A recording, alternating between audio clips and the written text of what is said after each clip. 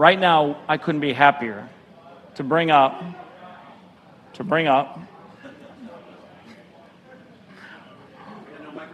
Oh, you got one right here.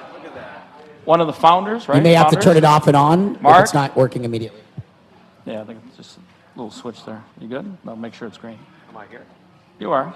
Yeah, say yo. Yo. There you go. All right. So, you know Brock, right? We've never met. You never met? Right now. Brock, Mark from Pleasure the to block. meet you, Brock. Likewise. You and your partner, Mike Dudas. Shout out to Mike Dudas. Indeed. Always a shout out to Mike. Always a shout out to Mike. You guys started the block. Why? Well, I think the opportunity we recognized was that there was not a lot of credible media in the space. You know, you look at the high-end people, the Bloombergs, the Wall Street Journals, they do great work no matter what the topic is, but it's one of 1,000 topics to them, so they don't really take it as seriously as others might. And then you look at the people who have been in the space, there's been a tremendous hype cycle over the last several years, and so you have a lot of people who are caught up in the hype cycle and they're co-opted by it as well.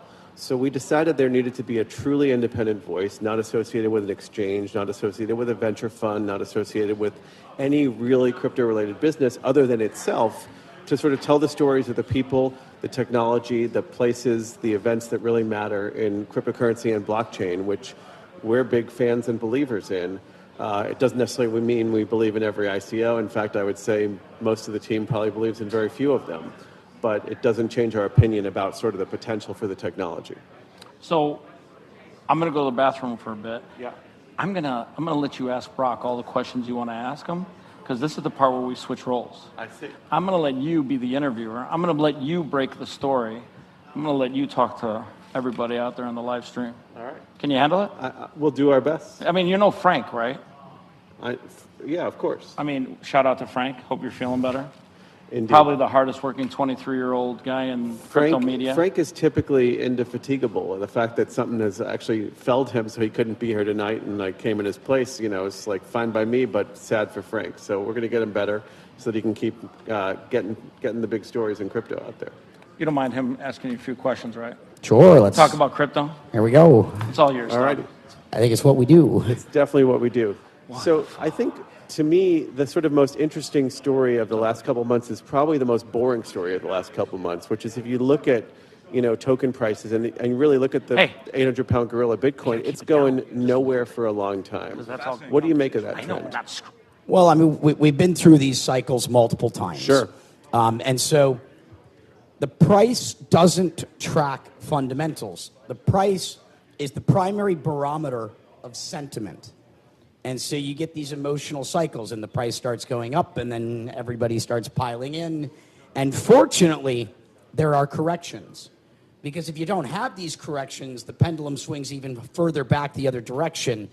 For those that were around in the year 1999 and 2000, the internet bubble, the tech bubble of the late 90s, the 1.0 bubble, got to the point where the market was at 6.7 trillion. That was when it was primarily a Western phenomenon, and that is not inflation adjusted. I think I can make an argument that the internet bubble in 99, 2000 got to 50 trillion or 100 trillion. Crypto's at only 200 billion. On a relative basis, it's a really important, I think, metric. But in the year 2000, when the pendulum swung back the other direction, if you proposed an internet investment at any firm on Wall Street, any venture firm, anywhere, you would be fired on the spot. The sentiment of the internet was so bad, the internet was basically dead. No matter what the fundamentals said. You even had public companies like eBay trading below cash, and they were profitable businesses. Right. That was the sentiment. So fortunately, the sentiment swung in our favor. We were in a strong bull market for a while. We've gone through a correction, which I think is a good thing. And now we're in that phase where the correction is basically taking its time, and some event will occur where the market swings back again. There may be other negative news that comes and drives it further down, but it seems like most of the correction has happened, and we're basically hovering, you know, in this space waiting for something to happen, either really positive or really negative. I think that the fundamentals are continuing to progress, in ways that are positive for the ecosystem. And I think right now we are about to see the first applications built on blockchain where you see millions of users. I believe we're in that 1995, 1996 consumer adoption moment because we can now build things that truly can deliver at a scalable level, and you've got multiple other blockchains coming online. You're seeing in the developing world people using this because it's now got enough throughput. There's enough liquidity in the system that you're seeing it to empower, the financial inclusion in places like the Philippines. There are many places where we could see meaningful adoption, where we're not just talking about the big ideas, but we're actually delivering on them. And once we start to deliver real solutions at scale, I think that's what's going to drive the market in its next big wave. And I think we are there in that moment. And I would recommend paying attention to the things that are actually starting to scale right now. We're seeing it. It's interesting you sort of talk about the history. People, some people in the space are too young to really understand what happened, but the number of internet companies that lost 99% of their value was, I believe, only exceeded by the number of companies that lost 100% of their value. But while that was happening, you had strange things like, I used to keep a portfolio in my Yahoo portfolio tracker when Yahoo was the most important internet company by far, right?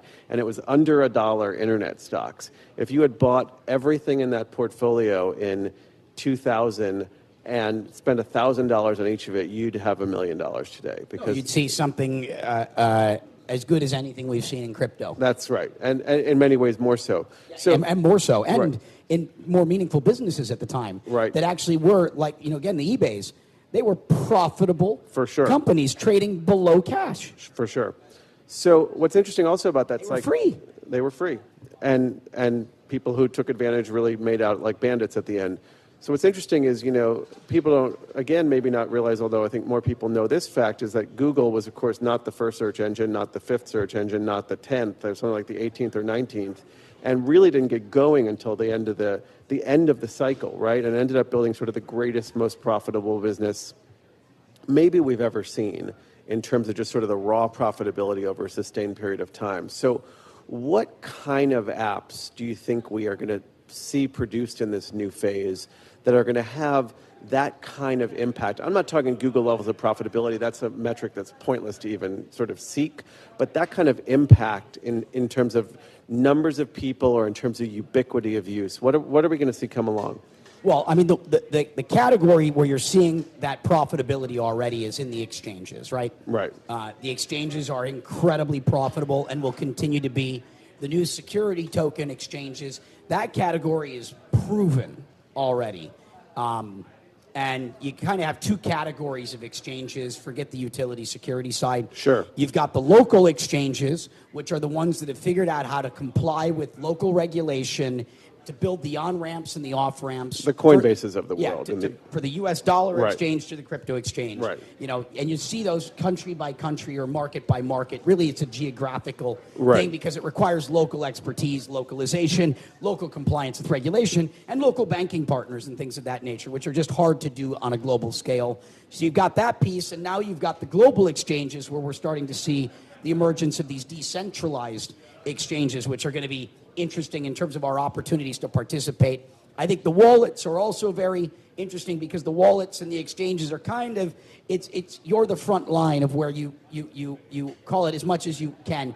You're the one that owns the user, or you're the one that has the highest touch relationship right. with the user. And so if you go take a look at like the Eos Links Wallet, you go pop into that and you'll see the Eos dApp store that will remind you basically of, when you bought your first iPhone, you're seeing the beginning of an app store, right. and where you start to see lots of applications. I think the first big wave of adoption of consumer applications, I do believe, are going to be gaming in nature. Everything from gambling games to casual games to, video games.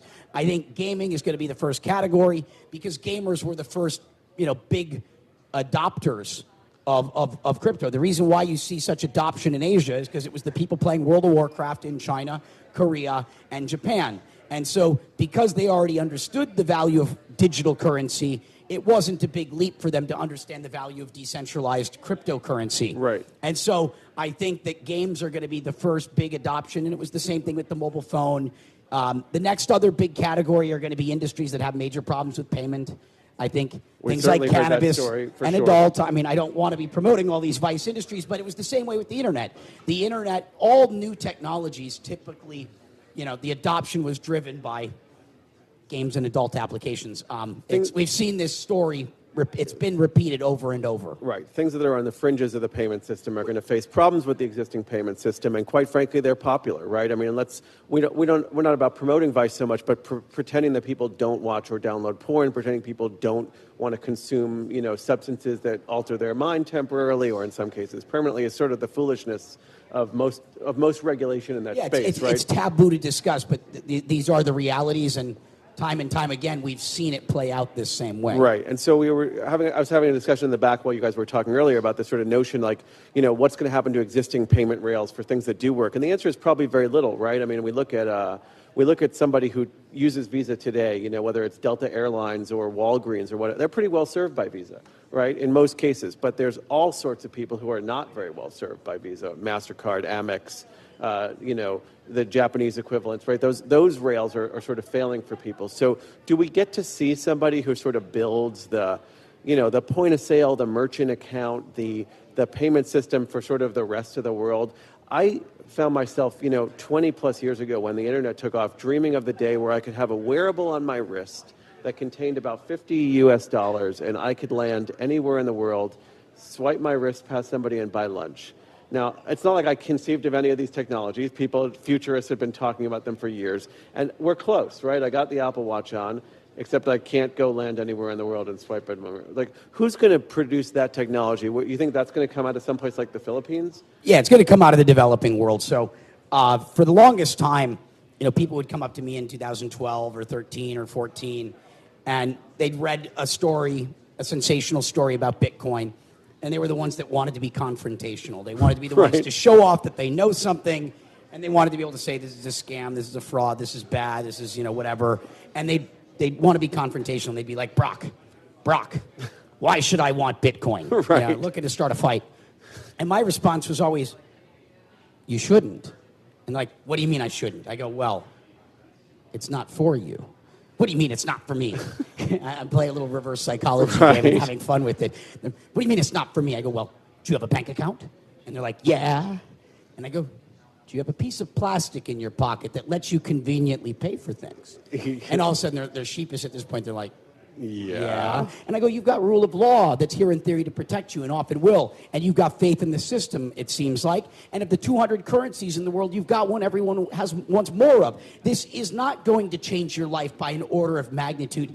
It might save you a percentage point or two, but I guess you don't get up every day to clip coupons. And clearly from your sentiment, you're not going to be a speculator. I would recommend you not to short because you probably don't understand what you're doing and, you probably don't want to go there. Right. But did you know south of our border, in Latin America, in Africa, in Southeast Asia, that most of the world's, 2/3 of the world's population does not have access to financial services? Right. Did you know most people can't open a bank account? Did you know that you're talking about 70 million people in the United States that belong to the on or underbanked category? 35 million people that can't even open up bank accounts because they're blacklisted by the banking system. And the banking system isn't bad. They don't do it intentionally.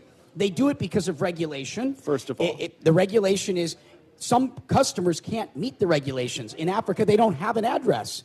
The rules make it so that they can't be banked. They are excluded by the system. This is not the bank's fault. And it's not really the regulators' fault either. The regulators are trying to do their jobs as best they can, but the regulations got drafted in such a way that it excluded a large percentage of the population of people on the planet. Then on the other side of it, these banks are for-profit businesses. Some of these customers are just not profitable to serve. Right. And their job, their fiduciary duty to their shareholders is to run a profitable business. But the system in the way that it's been created today doesn't serve 2/3 of the population of the planet today. And so where that impact is going to happen is down there. It's going to happen in these markets which aren't in the developed world where we have it pretty good. It works well enough. The most advanced payment market in the world is Kenya. Right. Most people don't realize that. Right. And a majority of payments in Kenya are done using a digital currency, which is a prepaid cell phone minute, not the government issued currency. If you want to see a glimpse into the future, Go take a look at Kenya and why they do it. It saves their lives. If they have to walk home from work with the cash in their pocket, they run the risk of getting killed. That's right. Being able to put that money into their phone digitally saves lives. And it's been a revolution, right? In Kenya, I mean, I don't know all the applications that are really popular, but there's apparently a thing where in some of the villages where they don't have access to reliable electricity, there'll be a guy who comes through with a battery and lets you charge your smartphone, which is a world-changing technology because it tells you when the weather's going to change, when to pick and plant your crops. It tells you when it's safe to sort of go out because of maybe local violence. And so the guy comes with the battery and he charges you money to charge your phone battery, and you pay him with that very phone that he just recharged, right? You don't need to carry any currency. You don't need to have any magical, other system like our banking system or pieces of plastic. It's all on this incredible tool that is as ubiquitous in the developing world as it quite frankly is in much of the developed world. And people, have come to appreciate how powerful and changing that technology is. And when we're talking about digital money, in many ways, sort of Kenya was would have been the poster child for Bitcoin, except they already had their own. Right? Yeah, exactly. They don't need Bitcoin because they already have their M-Pesa, which they're like the credit card. This is the reason why Apple Pay hasn't taken off, because Apple Pay is really only available to consumers that already have credit cards. Right. And changing human behavior is hard unless it's going to radically improve someone's life. And so we're going to see a leapfrogging in the developing world in the same way that Africa leapfrogged wired telecommunications and skipped straight to wireless. In places like the Philippines, in other parts of Africa, in parts of Latin America. All over India, really, right? In places like India, you're going to see it's a new style of, consumer, mobile, peer-to-peer, hopefully blockchain-based financial services or banking. So we talk about blockchain, and I think that, probably us at the block, the blockchain piece of the story is in many ways more interesting than the crypto piece of the story, in the sense that a lot of the cryptocurrencies are sort of, replicated versions of Bitcoin without any really compelling use case, although there are definitely exceptions where I think the use cases are exceptional. But when we talk about blockchain, there's been a lot of concern about scalability. There's been a lot of concern about performance. And a lot of efforts now going into sort of fixing what's broken Ethereum, when Ethereum's sales pitch was, by and large, it was going to fix what was broken Bitcoin. How do we get to the point where we can have scale apps on the blockchain that deliver the kind of promise for the transparency, for the decentralization that we've been hearing from the beginning? Well, I mean, we're there. The last 10 years has been basically prototyping, continual iteration. Bitcoin between Lightning Network and side chains has scale solutions in the works that will emerge at some point. But for what Bitcoin's core function today, which is as a digital sort of currency, digital commodity, digital store of value, however you want to perceive it and define it for yourself, it does that. And it does that well enough. Right. Do I think Bitcoin is going to become the platform on which all consumer applications are developed in the future? I think it's unlikely. Ethereum moved the ball down the court, brought and enabled smart contracts, kind of call it blockchain 2.0. Ripple brought some other kind of 2.0 capabilities around interbank settlement systems and a bunch of interesting... Around inventing one's own money printing press. And by the way, well done. It's hard to argue with the results. Yeah, no, I mean, and it's things that we learn from. It allows, these are all innovations that we can then continue to learn from. Some good, some bad, right? Some are things that we don't want to do again. Some are things that, should be repeated and learned from and implemented, repeated again. Now you're looking at kind of that third wave or fourth wave of blockchain where we are getting to scalable solutions, whether they be Tezos, Eos, Cardano. You have a number of scalable solutions that are out there. Eos is working today, but you're going to have over the course of the next 12 months multiple scalable blockchains where you can deliver fast and scalable consumer applications. We are now entering that era of the industry, which is, I think, going to be that big thing when we look back 2 or 3 years from now. This is where the market had a big change. This is that inflection point where the big ideas that we've been talking about but haven't been able to deliver on start to become a reality. And if we don't start delivering, meaningful, impactful products, the market's not going to have a meaningful recovery. You can't keep selling the dream forever without actually delivering some reality. So No, it's true. It's applause-worthy, but it raises the question, when are we going to get that million user app? When are we going to get that 10 million user app? I would predict it's going to happen in the next 12 months. It might be as soon as the next 3 to 6. It'll depend on when the first killer apps are made, right? Sure. I would wager that it's going to be a gaming application built on EOS. And I think that you're going to see that in the next 3 to 6 months. You will see a single application running on EOS with over 1 million users a day. I think that we're going to see that, and it won't be the only one. It will be other blockchains as well. EOS just happens to be first, but it's not like they've got some market lead that says the market is theirs. There are going to be lots of other wonderful blockchains that are going to be able to deliver similar solutions, and soon. We are entering that phase. But I would wager that certainly in the next 12 months, I'd say I'd be comfortable taking a bet with someone that we will see 1 million users a day on an EOS application, likely gaming related, in the next 6 months. All right. I mean, I think it's a plausible prediction. Of course, it's been one of those moments where we've been waiting for a while. But as someone that has a front row seat to this stuff, and I've got a pretty good track record of predicting the future, which is I have a crystal ball, but I have an asymmetry of information, is what I have. I see more before most people that it becomes relatively easy to predict the future. I'm seeing the applications that are live on EOS today. I'm seeing the wave of applications in development today, and I see that through the prism of all the VCs and what they're seeing. And so I have that asymmetry of information that leads me to believe it's going to happen, and it's going to happen soon. And I think it'll be a gaming-related application. So to all those game developers out there, this is your Facebook moment.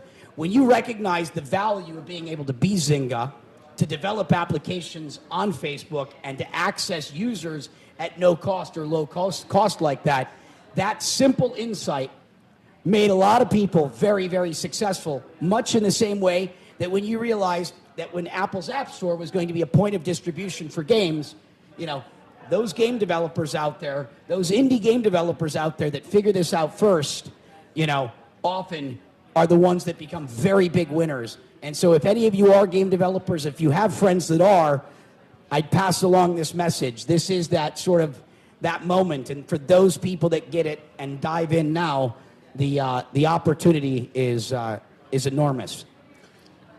Do you think what we see in those gaming applications looks like something we've seen before, or do you think it looks sort of radically different? Oh, no, I think it looks just like that iPhone moment and the Apple App Store moment. And I think it looks just like that Facebook moment, where you had these new platforms emerging, and it created a tremendous opportunity for developers. Now, the problem you had with both of those are that you were building inside of a centralized platform. Like this, by the way, Twitter had the same opportunity, but Twitter was an on-friendly platform.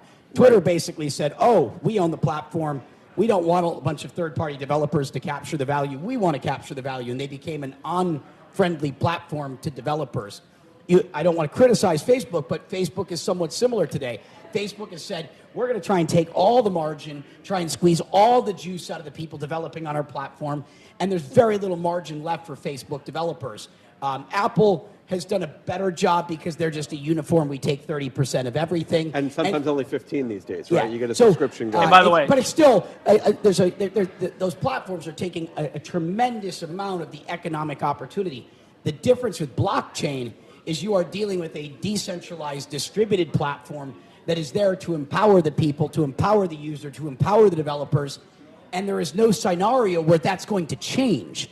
You are truly building on a next-generation platform that is there for your benefit, that is there for the ecosystem's benefit. You don't have a centralized authority that is there to figure out how to squeeze your margins and take more for themselves. So, a word from our sponsor. Hi, everyone out there. I'm Chris. We're here live at the NASDAQ. Just live at the NASDAQ. That's all we are. We're just live at the NASDAQ. Brock Pierce is live at the NASDAQ. Mark, we're alive and kicking. He's kicking. That's the end of the announcement. To all the lawyers out there, I say hi. So, did you guys have fun while I was gone? Yeah, we talked about kind of what I'd say is maybe the most important subject matter right now, which is there's been too much talk and not enough action. And the conversation was, where is the action? When are we going to start to see real delivery of these big promises that we've all been talking about, Hey. these big ideas we've been talking about. When are we going to see it? When are we going to see blockchain start to become real, like real in the sense that we're seeing real applications delivering users and solving problems at scale? It's going to happen in the categories of financial inclusion in the developing world. It's likely going to happen with games right now. And we're already seeing the economic opportunities for all the investors and the venture capitalists out there saying, show me the revenue, show me the earnings, show me the exits. The exchanges are delivering massive returns. So the idea that Shout out to the this exchanges is out all there. vaporware and there's nothing happening isn't true. The exchanges are delivering EBITDA numbers that are better than anything we saw in Internet 1.0 by the year 2000. You are seeing real profitability from blockchain businesses. Anyone that tells you otherwise does not know what they're talking about. And it's in the categories of the main use case of cryptocurrencies today. Unfortunately, has been speculation. That's right. But that speculation has created the liquidity to allow for all these applications to be built. You can't solve financial inclusion sort of needs unless you've got a robust liquid market. And so the speculators have helped deliver a lot of the underlying infrastructure that's necessary for that next wave of applications to be built. You know who could talk about that? And he should be here. CZ from Binance. Shout out to CZ. Where are you? Binance has obviously done an incredible job. I mean, Unbelievable. Talk about just opened up talk Singapore, about scale. Uganda. First week in Uganda. To 40,000 accounts opened the first week in Uganda. Shout out to Bug. I'm not so sure that acronym works. Binance Uganda. And Akon is, obviously doing an incredible job of like. Who's Akon? Akon. Oh, Akon, the musician. So Akon, so the most notable figure, the most famous name, the most famous person in all of Africa is Nelson. Why is Akon not here? Is Nelson Mandela. Hey, Akon, can you get over here? Nelson Mandela obviously is not alive. The second most famous person in Africa, the most famous living person in Africa, is Akon. Obviously, this technology has such incredible potential to improve the lives of people in Africa. And the fact that Akon is behind this and delivering the message, Africa is waking up. Wakanda. So unfortunately, there's no vibranium coming from these efforts. But By the way, shout out to Captain America. the shield does it all, baby. The challenge, I think, has been in this hype cycle is oftentimes the thing that emerges doesn't have the big hype behind it, right? You look back at sort of, the internet's two moments that really matter historically. I'll argue there's a third one that's more recent, but the two that matter historically are the development of TCP/IP and the development of the first sort of practical web browser. And at the time, neither of them seemed very important, right? People were not like, oh my God, this changes everything. Now, it only took about 2 years from that first web browser for it to change everything. But here, we've been sort of operating on the other side of the equation. From almost the moment that people latched on to the potential of Bitcoin, to this sort of new form of money that could be free of government, that could have its, invisible borders, that could have that had this sort of anti-inflationary mechanism built in. People latched on and got really excited very quickly. Okay, it was a small group, but nevertheless, we've been hearing about this group for now 10 years, right? And so I think some of the disappointment is really that we've heard the noise for a long time, and we're sort of still waiting for the signal. Now, you're making a pretty compelling case here that the signal's coming really soon. And I think a very clear case that what the exchanges have done is sort of prove that there is indeed a market. I mean, the amount of, first of all, Coinbase valued over $8 billion, but Binance... Shout out to Coinbase and your $8 billion valuation. If Binance were, Did you get into that round? And also, we're shouting out that Brian Armstrong, co-founder and CEO of Coinbase, is doing a bunch of stuff on the philanthropic front now. Oh, no question. And giving back. One of the most important things for everybody in this space, is giving is the greatest gift there is. And if we're going to try and build a new future, or a new world, a better tomorrow, it starts with us being better people. By the way, shout out to Brian. If you're looking to give, Christmas is less than 2 months away. You can find me on Twitter. Give all that you want. So, I mean, amusement aside, though, even Binance, right, has spent a lot of money and effort to try and actually educate people. You would think that their incentives are sort of like Vegas, just get people in the casino, doesn't matter what they walk away from. And yet Binance has had this new effort they just launched today to actually tell people what the hell these currencies are.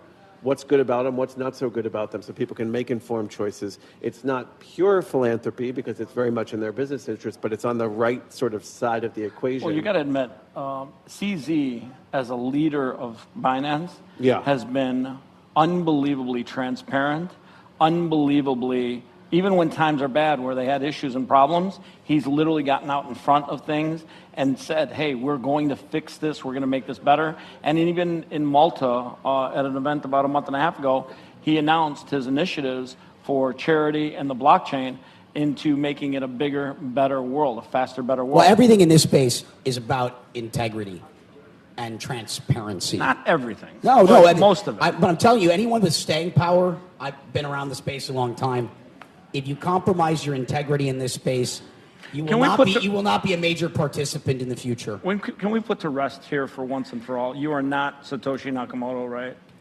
We are all Satoshi Nakamoto. All right. Shout out to Satoshi wherever you're at. You think he's watching us? Satoshi is always watching. He might be. He might be. I think Satoshi has to sort of live air-gapped at this point. I don't think you got to be offline all the time. Hey, by the way, you're in the publication business. Yeah. How now? This is going to be like a big deal. What I'm going to say. Uh-oh. How unbelievably insane was it for Fortune magazine to come out with no facts, no basis, and literally say that they thought Nick Szabo was Satoshi Nakamoto. Now here's the insane part. People have been kidnapped for far less Bitcoin than Satoshi, and we live in a world where people are batshit crazy. Shout out to all the batshit crazy people.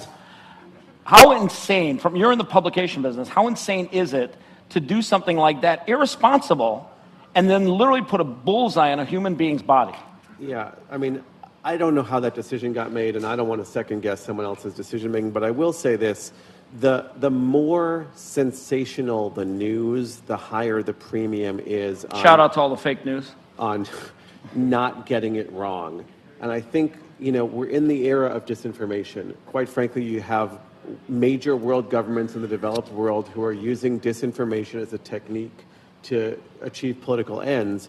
And that makes it even more important for the credible publications, for the journalists out there, for the people who are trying to get it right, to be more cautious, to be aggressive in seeking facts, but more cautious in naming names or outing people. I know, but think about it. Writing a story like that literally puts a target on a human being's head with no facts, not one, even in scintilla of a connection. Well, I mean, Nick Szabo obviously has been a famous figure, a pioneer of the underlying idea as long as almost anyone. So for people to point at Nick Szabo as a potential member of Team Satoshi or to be Satoshi himself in this particular case is not a crazy thing. That when you publicize it, Satoshi Nakamoto obviously was a much crazier. Look what happened to his life when Newsweek pulled out that news article and literally almost destroyed his entire life. That was because only by name.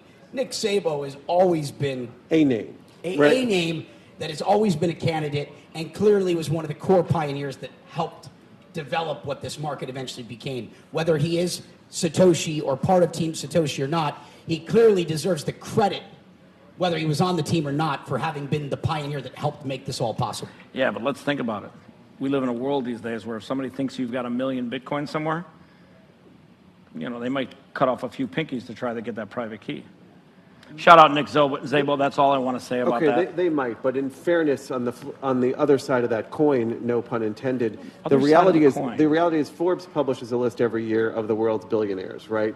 And some of these people do a lot to try and stay out of the public eye, and yet here's the list with how much they're worth, and you can bet that those people have cash lying around, have jewelry lying around, have art lying around that's worth millions or tens of millions of dollars. So there's a target on them too. Yeah. And it's a crazy world where you have to sort of live in fear of that. But I would say that since the dawn of civilization, those with have had to live in fear of those without or those with less. And that's why they built walls around the castles and moats around the walls and put guards in front of the moat and guards inside. So you're saying build the wall? I'm just kidding. No, I mean, look, it's a better world when people live without the wall. I will tell you that I lived in the Bay Area for most of my adult life, and a very prominent Silicon Valley tech executive lived in a house where the location was well known, and it was the only house in the neighborhood where they didn't close the gates at night. And I was always incredibly impressed by that decision, because it was a signal that says, I'm not living in fear of my personal safety. I'm not saying you can't walk up to my driveway and trick or treat at my house. And this was somebody who would have been the kind of person who would have been wise to take extra precautions. Well, by the way, Mark Zuckerberg bought a tremendous amount of land in Hawaii and built a massive wall around his property. He did, and Mark also in Palo Alto bought the 4 adjacent houses so that no one could sort of build or be near him on his property, which actually is otherwise fairly a modest property. And has a private gated community.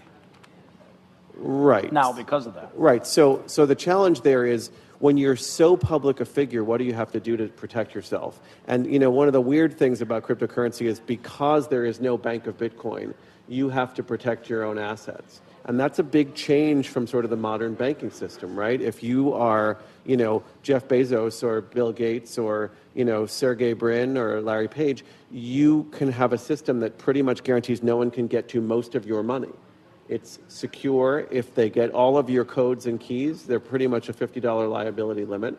Whereas if you're, if in Bitcoin you trust, you have to become your own sort of security system. Do you think we're going to see, I don't want to say centralized providers, but sort of security middlemen who sort of help people stay safe while controlling their own financial assets? Oh, there's no doubt about it. One of the problems that the space has today Are you talking about custody? is Custodial? In some cases, it might be custodial. In other cases, it just might be tools to make best practices work. and we're seeing that through multi-signature, Right. sort of multi-sig solutions, custodial agents, things of that nature. Until this is a space where, an amateur can come in, your parents, your grandparents, whatever it is, and until an amateur can come in and safely use cryptocurrency and not have to worry about losing everything instantly, until it's that easy to use, until it's that safe to use, we're not going to see mass adoption. Otherwise, it's going to continue to be a niche product. But I think that we've got a lot of those solutions that are there in at least a rudimentary way today and developing quickly. But shout out moving to rapidly. the team at BitGo, custodial wallets. BitGo does a great job. Multi-sig. Right. But you've also got your hardware wallets, and you can do your multi-sigs. You do, and the technology out there. And the Coinbases are a perfect example of that. That's where I refer most Americans that want to buy their first cryptocurrency, because there's recourse. They're there to protect you if you mess up. And there's a reasonable two-factor authentication solution at Coinbase that's fairly secure, and yet the flaws are that most people don't even adopt these sort of basic things that are out there because it creates a lot of friction, Gotta right? love Google Authenticator. You got to love Google Authenticator, but if you forget to move it to your new phone before you've disabled your Oh own my phone, God, that's the worst nightmare ever. By Right. the way, shout out to the worst nightmare ever. Moving your phone, Google Authenticator. But it's not just losing access to your Coinbase account. It's losing access to your Apple Health data. It's losing access to all sorts of things. We've become so reliant on the cloud, on multi-device transparency, and then there's these moments where it all breaks right in front of us. So, hey, Mark, yeah, you seem pretty comfortable with this stuff. I mean, it's not like I haven't. dialogue, It's good not like questions. it's not like I haven't been in and around media for quite a while now. Is he doing a good job? Give him a great big hand. All you guys out there, give him a great big hand. So it's obvious to me that the block has got high character people up and down the company. That's pretty much it's table stakes to even talk to us. If we don't think that you're in that category, we're not going to waste our time. So you're not wasting your time here. You came here because this is the real deal. Because there's real people here who are actually working on sort of promoting or building the stuff that's going to deliver on the promise of this revolution. He's part of the reason why I like the team at Block. So's Dudas, so's Frank. I'm sure there's a bunch of others, right? It's not just you three. Larry and Steven, who are Larry, the analysts. new guy? Yeah, Larry's our head analyst, and Steven's our head researcher. Keep and these arguing on guys- Twitter. Eventually, you'll make people cry. But you know what? I mean, Larry's tough because he takes is this tough. stuff really seriously. And Larry, as it turns out, is probably the most skeptical person in our team. He's the one who thinks most of I think it's Frank. No, Frank questions everything. Frank is, because Frank's a journalist, died through and through. Is he working on any X-Files, by the way? Because I really do want to know what is Area 51 and what's there. I think Frank can get us that information. Area 51 is so old news. You can now go there. It's Area 52, and the real interesting one is actually Area 53 because the location of Area 52 has been identified by... Right, you know I'm an alien freak. You just opened up Pandora's box. We're going to talk about this for the rest of the night. Unfortunately, I'm a Fermi paradox is solved by Occam's razor guy. I don't think anyone else is out there. We are the best we've got, and we better hunker down for what's to come. You know they just flew like a cigar right past us recently. Yeah, right? you should just follow my Twitter. One of my favorite things to do on Twitter is actually to just take a CNN item or headline that's ridiculously stupid and retweet it with an "I don't think so" or "Are you kidding me?" or whatever the appropriate... Where can people find you on Twitter, by the way? I'm at Max Rogo, MaxRogo on Twitter. Where can they find the block? The block is at theblockcrypto.com, and we're also on Twitter and the same way. And Mike Dudas is on Twitter, and you can't miss us. I'll be honest, it's hard to miss Mike on Twitter. It's hard to miss Mike on Twitter. You know, it's funny. We talk a lot about... It brings the heat out pretty much on a daily basis. We talk a lot about the way we do things, though, and what we've decided to do is we're happy to engage in a dialogue with people that read us and people that don't yet read us. Because it's really important to sort of let people know how we do what we do. There's no reason for us to not be transparent because we are...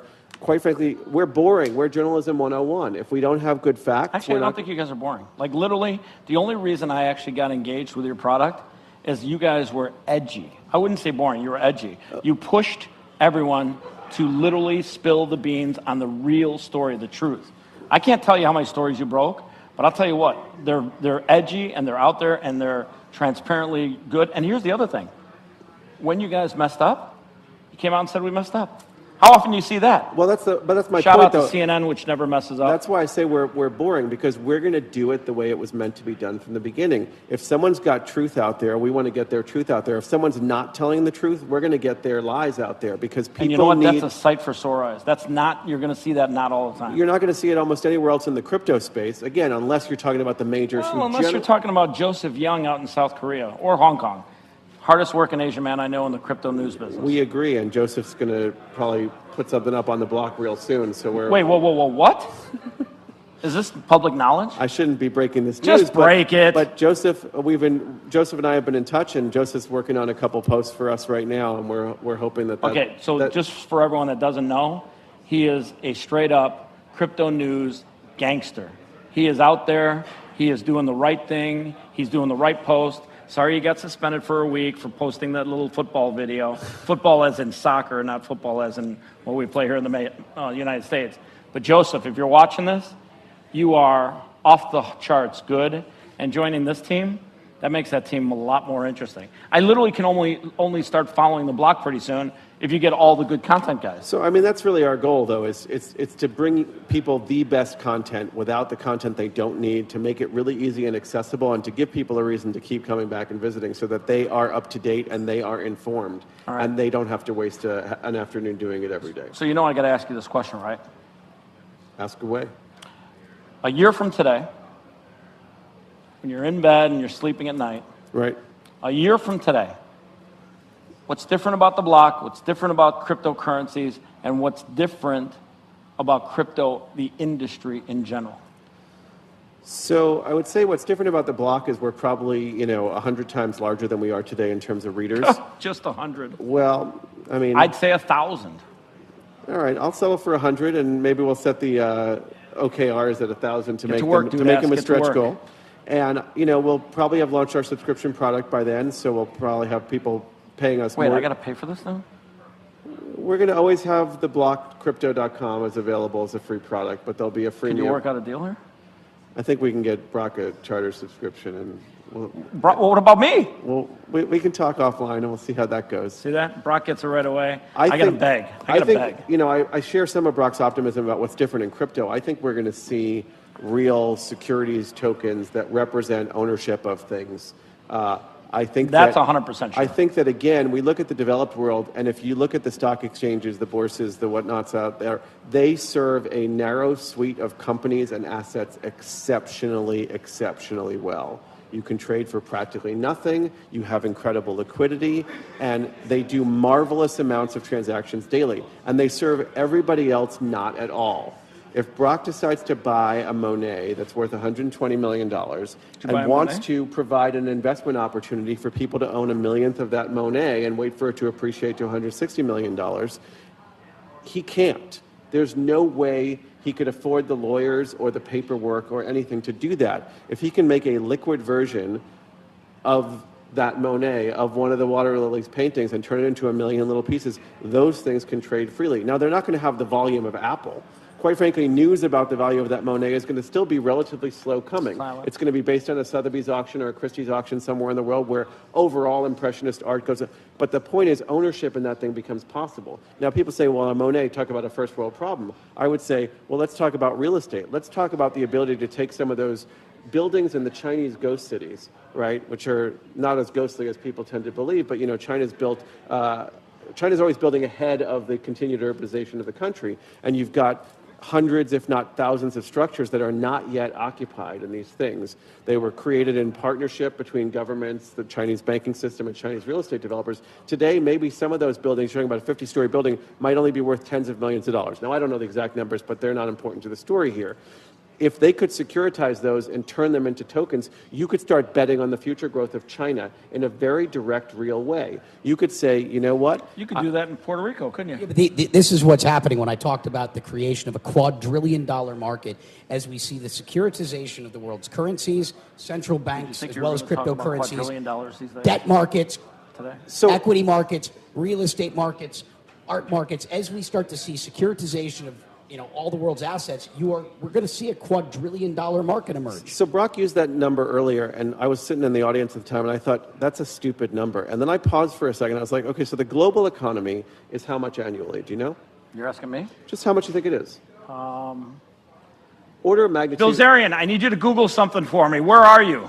Order of magnitude, it's about $100 trillion, right? It's a little bit less, I believe, in U.S. dollar equivalents, but it's about $100 trillion. So when you talk about a quadrillion-dollar market, you're only talking about 10 times global GDP. It's crazy that we can say that number with a straight face, and it's true. It's completely true. Well, actually, you're saying it with a straight face. He's a little still. No, I was really skeptical at first, but then I started to sit there and do the math. You think about the fact that that's the annual turnover is 1/10 of a quadrillion, right? And that's growing right now. And then it's crazy that we can, in this context, throw numbers around like that. That is the opportunity. This is the reason why, when we're in a bear market right now, keep your head up. Big things are happening. Around security tokens, we're looking at a quadrillion-dollar market emerging, being securitized. It's massive. This is the biggest thing we've ever seen. Then on the other side, I think the entire internet's going to be replaced. I think the entire internet is broken. I think the internet was designed to be insecure, and also it didn't implement the known cryptography at the time that would have secured it. That's right. Which means I think everything that's the entire internet today, I think, is going to be replaced and upgraded with a new stack where the blockchain is the security component, if not other pieces of the product. But when you're looking at a quadrillion-dollar market of securitization emerging and the entire internet being upgraded, there's plenty to be hopeful for. So basically, you're saying... Quick question. Yes, sir. When do we fear the launch of Skynet? And by the way, I actually mean that in a good way. I think the blockchain and artificial intelligence, as Elon Musk put it, is scary. And he didn't put it exactly like that, but I do remember him talking about the scariness of artificial intelligence. So Elon, is one of the true... Shout out to my pot-smoking friend Elon Musk. I mean, Elon is one of the true geniuses of our time, right? There's no question about that. People who don't appreciate the genius of Elon are the same people who have failed to appreciate Steve Jobs when he basically said, I am the product, right? It's like, this guy has vision, and then he says, you know what, let's start digging a hole under LA, right? Now, that first tunnel is a tunnel to nowhere, and it's absolutely pointless, but when the guy... it actually goes to his house. When the guy talks about where things are going, everybody ought to listen, because at a bare minimum, you want to understand why you're skeptical of his argument. But when Elon talks about fear of artificial intelligence, I look at the state of artificial intelligence, let's say versus blockchain, and I don't lose a lot of sleep at night, because artificial intelligence is about the same 50 years away as it was 50 years ago. Now, what's changed? You think so? Well, the AIs that we use today are still very primitive. They're incredibly primitive, right? And they're basically fancy versions of what's called a machine learning algorithm for people who are unfamiliar with the space. You can teach it a very narrow thing, and if you put enough data into it, eventually it will get good at certain things. So, you talk about the internet being replaced, which is the plot line of Silicon Valley, the TV show, and one of the things that one of the subplots there involved an application called Not Hot Dog, which was attempting to identify by looking at images whether or not they were a hot dog, right? Well, machine learning algorithms are fairly good at looking at images and saying what they are. But it's shocking how good and bad they are at the same time. Google's technology for categorizing your photos is absolutely remarkable and simultaneously so absolutely terrible that when they put it in a Waymo vehicle, it can identify 99.5% of objects flawlessly, and the 0.5 it can't identify cause the car to stop or behave erratically and make it completely unsuitable to replace a human driver despite now millions of test miles. Okay, so the irony of that analogy about the state of self-driving cars, which I think are absolutely going to change the world, whether it's 5 years or 20, I'm not willing to bet my last dollar on, is that... You bet on anything? Sports? I don't bet on sports. Blackjack? My brother's a big sports fan. Sounds like you bet on crypto. My brother's a big sports fan. My wife enjoys a little bit of gambling when we go to Vegas. I personally have a very small crypto stake to the point of it being sort of a de minimis portion of my assets. It will grow over time. That's how it should be. People should, unless you're an entrepreneur in this space, right? Unless you're a builder in this space, you probably shouldn't have more than 5% of your assets in this, from an asset allocation perspective. That's probably anything over 5% is probably too much unless you live in this space and you have an asymmetry of information in this space. And because you're a builder in this space, you naturally, like all founders, like all entrepreneurs, have an over-concentration of the wealth tied up in the sector. That's absolutely right. And it's one of the challenges. And obviously, the great fortunes are made in entrepreneurship because of that over-concentration. If you own 25% of Facebook, when Facebook is only worth millions of dollars and it becomes worth billions of dollars, you become Mark Zuckerberg and one of the richest people on earth. And if you don't, you don't. But most people, as you say, ought to be very diversified. And the exposure to crypto... I advise friends when they ask that are family offices, sophisticated. Yeah. The number I've used the last few years, as I've said, 1%. Right, because if you're worth $10 million, you're talking about having $100,000 exposure to crypto, which if the crypto fantasies do in fact come true, that'll turn into a few $1 million down the road, and that's a nice benefit to your $10 million fortune. And wasn't it Fidelity that just suggested the 5% number, right? That just came out of Fidelity recently. That may be true. I'm not 100% sure. The number I use is 1%. Right, but so I would say you shouldn't be over 5. And what's interesting is we talk about Fidelity, we talk about family offices, which are the money managers of the rich. Describe for everyone what a family office is. So it's a funny word because it implies that there's some room sitting in your house where a bunch of people are sitting there doing some paperwork. But really, the family offices are the money management arms of well-heeled individuals, right? 8 figures and up kind of thing in most typical cases, and often 10 figures and up. So shout out to all those 8-figure people watching us. The people who have family offices are the people who can invest directly in hedge funds. They're the people who can invest in venture funds if venture funds are open to the individuals, because otherwise those avenues are closed off to typical investors, although I think we will definitely see, thanks to crypto and blockchain, we're going to see more access to those kind of investment vehicles as well. I mean, you look at crypto assets, they're so not correlated with other asset classes that makes them an interesting asset class right there. That if you have something that moves with no relationship to the stock market or to commodities markets or to interest rates, you have something fascinating going on that makes it a diversification play.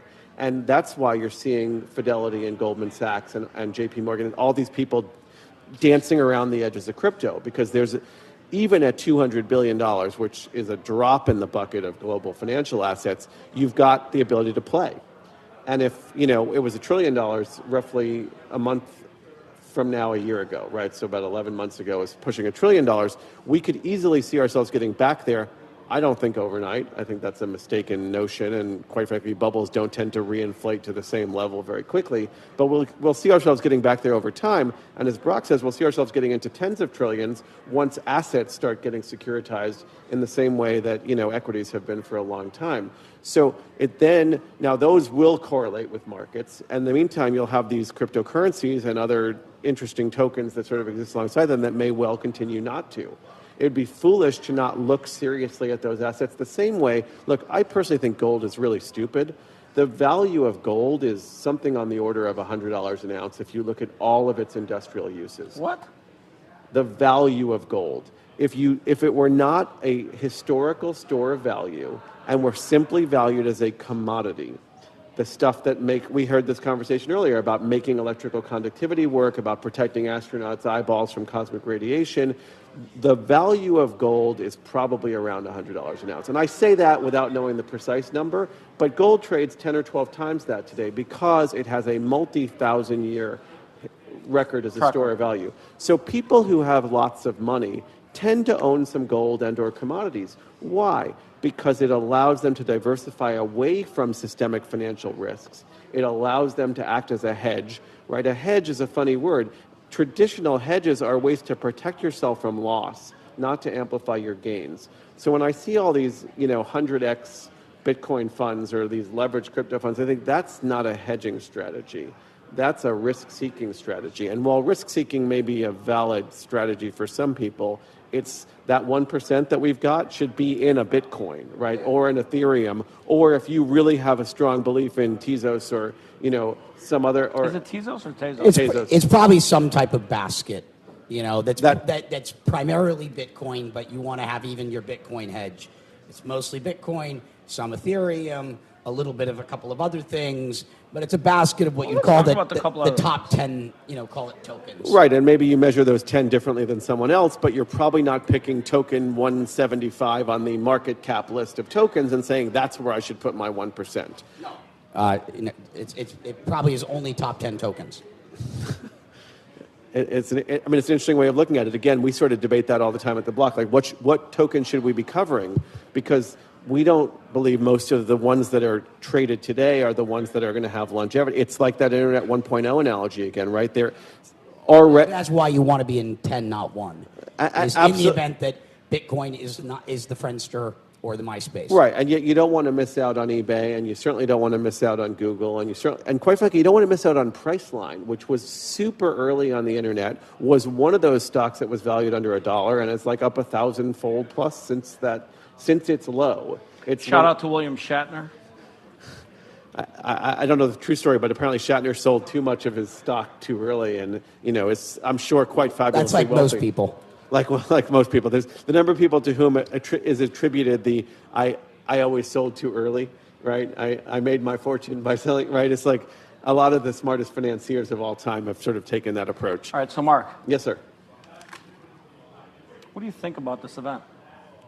It's been great. I mean, I live and breathe this stuff every day, and I feel like I still am smarter than I was a few hours ago because we're having these conversations. People are being super candid. Having a dialogue. And we're having a dialogue, but we don't have, it's funny. People will probably accuse Brock of sort of talking his book, but he's not really talking his book. He's talking about the book, the whole space, the interesting things that are going on. This is clearly a guy who believes that, giving back and paying it forward are part of the ethos of life, not just crypto. It just so happens that crypto has made that more doable in his case, but the opportunities that crypto then represents for a lot of people who have not been included, who have not been able to benefit, I think really do remain extraordinary. And I would describe myself as a crypto skeptic. So when I say those things, they don't come as sort of light words. I don't have a project I'm backing other than ours. And sure, we benefit if the space grows.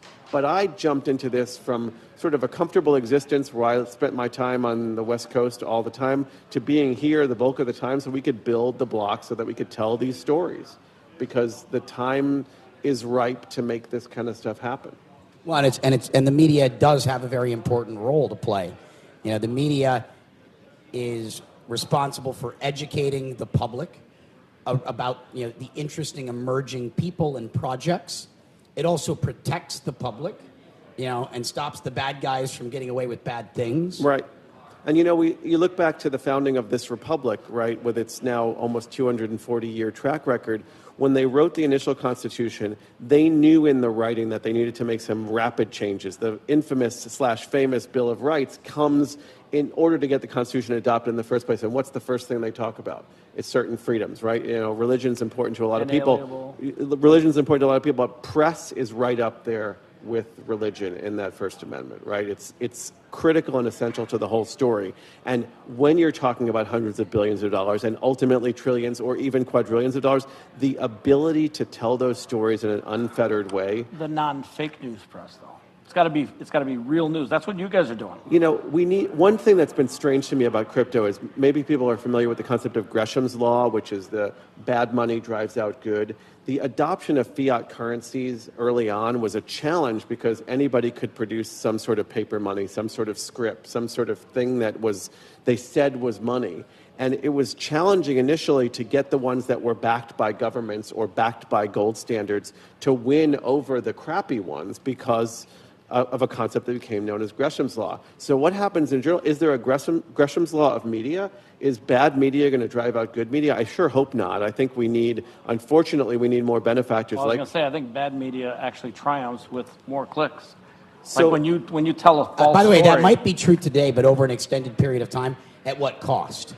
Eventually, I would hope the cost is that those organizations lose their credibility over time and they get replaced by more credible good media. But in the short term, yes, if you want to sell out your future to make a quick buck today and leverage, you want to create clickbait, yeah, you're going to get some short-term revenue increases.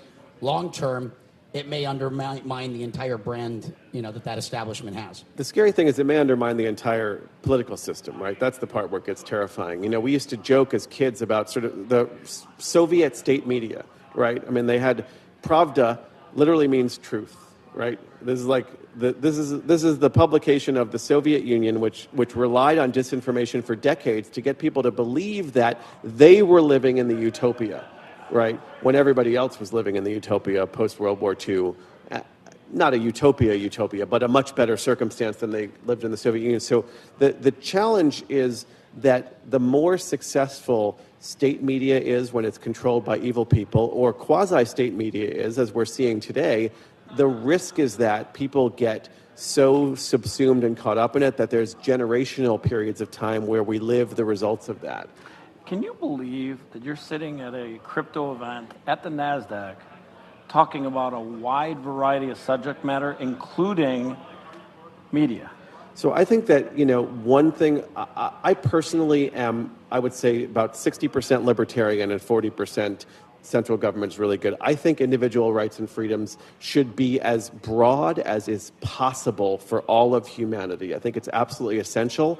What I think the libertarians get wrong a little bit is the idea economic. That it's not entirely economic, although there's flaws there. It's that my freedoms should be as unlimited as possible until they infringe upon your freedoms. And one of the central goals of government, or one of its roles, is to adjudicate those disputes. I should have access to all the property I could see, except if it happens to include Brock's property, he's allowed to put that fence up at the property line. Without government, that stuff is pure chaos. So again, build the wall. Good fences make good neighbors, right? I mean, there's truth and sort of disappointment in that. But here's the thing about crypto folks, many of whom sort of share this libertarian ethos. They are some of the most interesting, thoughtful people to talk to about almost anything, because you don't get to this place without having developed a skepticism over time about the way things are done today. And I think it's very fair, and I say this again, give me 40% of what the government does, the best 40%, and let's triple down on that, because the things it does well, I think it does really well. But I love having that conversation with thoughtful libertarians, because the ones who've actually spent time figuring out, I should be allowed to have all the guns I want on my property. Shout out to the Second Amendment. And use them appropriately. But when guns start affecting the lives of people who own them or don't own them, it becomes reasonable to have a discussion about how to... Okay, so now that you've touched on that, I got to ask you something. Yeah. This is actually a big deal. Yeah. Cody Wilson. Yeah, what about Cody Wilson? What do you think about it? I mean, is his right to put literature on the internet that allows people to 3D print a gun, is that an inalienable right? And secondarily, I personally am going to say this. Yeah. I think he's been targeted to be eradicated from the entire news scene. I think there's people that just don't want to hear his voice. I think there are certainly people who don't want to hear his voice. I think the idea that once you can 3D print guns, you can control the dissemination of that information is, quite frankly, naive. I think that we've been advancing 3D printing technology for more than a generation now. We have been developing more innovative ways to produce modular firearms, and we're at the point where building your own weapons is in the reach of a reasonable number of people. And one guy's set of instructions can be squashed to pieces, but you cannot take the knowledge away. Can't. The knowledge just doesn't. The government spent a long time trying to stop public key encryption from being in the hands of regular people because it saw the risks associated with that. And I want to say that I am always skeptical of the government exercising power for its own sake, and 90% of what Homeland Security does feels that way to me, while the other 10% feels super essential. But it's the shout out to Ed Snowden. It's the same situation with the idea that you can stop the knowledge of how to 3D print your own weapon. You can't. What do you think about Cody Wilson? I think that's a big news article that has all of a sudden gone away. No, I've been following, Cody's work, from Dark Wallet. I mean, he adds an interesting perspective, and I'm a proponent of, free speech, and puts out his ideas. Now, sometimes to take on the role he's choosing to take on, sometimes you end up being a martyr, because you're choosing to be a pioneer in an area where you're definitely going to take arrows. But he's made that choice. He's made that decision that this is, how he chooses to spend his time, and he thinks that this is an important right. So I applaud everyone that takes great risk. Hard question for you. Yes, sir. I'm going to put you in the hot seat. It's going to get a little hotter right now. Good event, right? It's a good event. We're coming back in Q1 of 2019. Is the block coming back with us? Absolutely. That's what I like to hear, brother. All right. He is Mark. He's from The Block. They're an interesting publication. I got to tell you, if you give them a chance and read what they have to write, it'll be transparent, it'll be truthful, and it will be shocking. They push the limits. They're a little edgy, but they are straight shooters. I couldn't be happier to have them here. Tudas, hope you're sleeping in bed by now. Frank, if you're puking, hey, this too shall pass. Mark, thank you so much. Thank you for great having me. questions, great dialogue. Give him a hand, give him a hand, give him a louder hand.